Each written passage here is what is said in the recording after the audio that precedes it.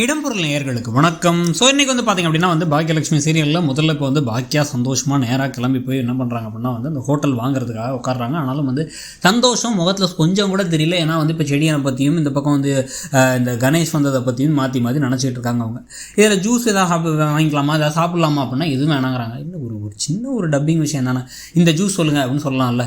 3 juice கொண்டாங்க, 1 ice இல்லாமல் அப்படின்னா 3 ஜூஸ் 3 கலரில் கொண்டாங்க. இப்படி எல்லாத்துக்கும் தெரியுமா யார் யாருக்கு என்ன கலர்னு ஹோட்டலே மாற்றி மாற்றி செலக்ட் பண்ணி கொடுத்துப்பாங்களாங்கிறது தெரியல. 3 ஆப்பிள் ஜூஸ் கொண்டாங்க, 3 லெமன் ஜூஸ் கொண்டாங்கன்னு எடுக்கிறதுல என்ன எடுப்போகுது அப்படிங்கிறது நமக்கு புரியலன்னு வச்சுக்கோங்க.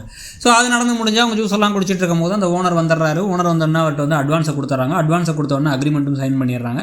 இதுக்கு பிறகு பார்த்திங்க அப்படின்னா வாடகைக்கு தான் அந்த இடத்த எடுத்துடுறாங்க. வாடகைக்கு எடுத்து இவங்க நடத்த போகிறாங்க. ஸோ இப்போ கங்க்ராட்ஸ்லாம் சொல்லி அவரும் இனிமேல் நல்லா எல்லாம் ராசியான இடம் நல்லா வருங்கும் போது இவங்களும் சந்தோஷப்படுறாங்கன்னு வச்சுக்கோங்க.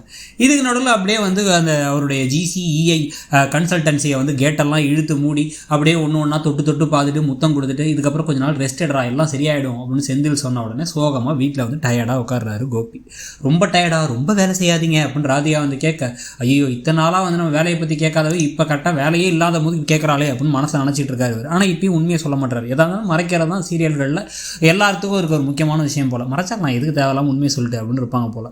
ஸோ இப்போ இந்த சமயத்தில் கரெக்டாக இவங்களும் பாக்கியாகவும் வந்தவொடனே எல்லார்ட்டையும் உண்மையை சொல்லிடலாம்னு எழில் கூப்பிடுறாரு. கூப்பிட்டு எல்லாத்தையும் வர சொல்லி அவர் இப்படி ஹோட்டலை எடுத்தாச்சு, இதுக்கப்புறம் அம்மா தனியாக ஒரு ரெஸ்டாரண்ட் நடத்த போகிறாங்க அப்படிங்கும்போது எல்லாரும் சந்தோஷப்படுறாங்க. செடியிலேருந்து ஆரம்பித்து எல்லாத்தையும் நடத்திடுவியா அப்படின்னு கேள்வி கேட்ட ஈஸ்வரியிலேருந்து இன்னொரு பக்கம் பார்த்திங்கன்னா ராதிகா, இதில் வேறு இனியா வேறு நீ ஒரு இன்ஸ்பிரேஷன்மாக மசாலா பொடி பிஸ்னஸில் ஆரம்பித்து ஒரு ஹோட்டல் வரைக்கும் வந்துட்டேன் அப்படின்னு கட்டி பிடிக்கிறதுலேருந்து எல்லாரும் மாற்றி மாற்றி பாராட்டுறாங்க. இவர் மட்டும் அப்படியே கட்டுப்போடு உட்காந்துருக்காரு. இவருக்கு என்ன பண்ணுறதுன்னு தெரியல. இவன் வளர்ந்துட்டே போகிறான், நம்ம கீழே இருக்கமே அப்படின்னு சொல்லி அவர் மனசில் தோணுதுன்னு பார்த்தா அது அப்படியே ஓப்பனாகவும் அடுத்த செகண்டே சொல்லிடுறாரு.